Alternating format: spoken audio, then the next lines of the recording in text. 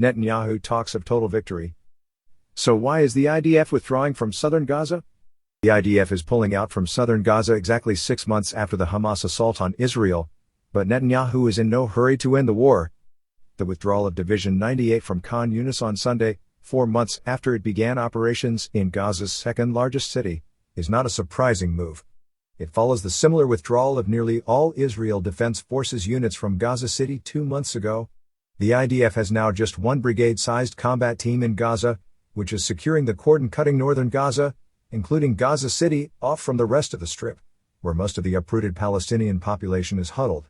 It is, however, a poignant coincidence that this happening on April 7th, exactly 6 months after the Hamas attack on Israel.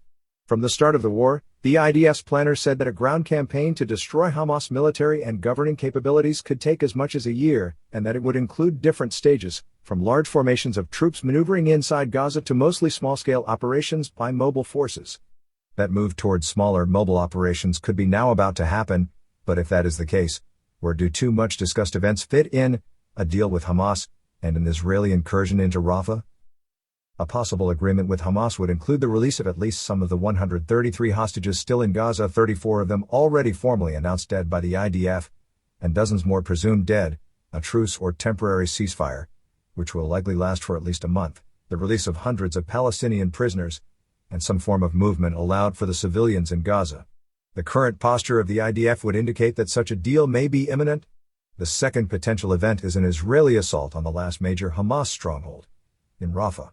If a truce is in the offing, this will be delayed for the duration. Even if Israel and Hamas fail to reach an agreement, it is almost certainly not going to happen for a while. The IDF has yet to start preparing a major population move, of around 1.5 million civilians, from the Rafah area to what it calls humanitarian islands, which don't yet exist.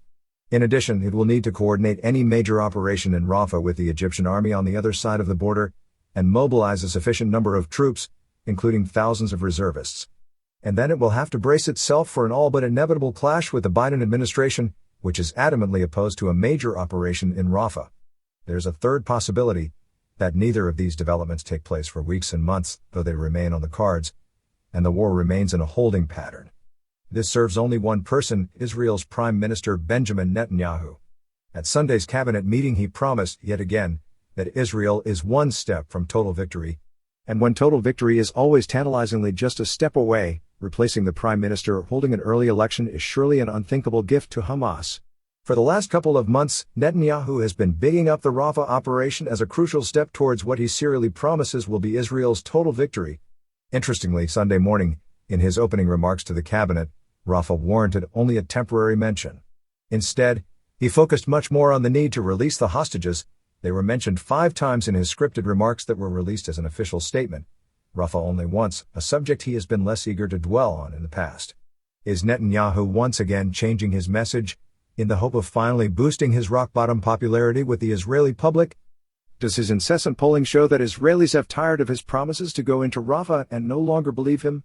Is he worried by the growing protest movement blaming him for the hostages remaining and dying in Hamas captivity? Or perhaps this is an indication that he is finally buckling under the intense pressure from President Joe Biden to prioritize a hostage deal over a Rafah operation? All of these options are possible. Either way, Netanyahu is in no rush to reach the total victory he promises,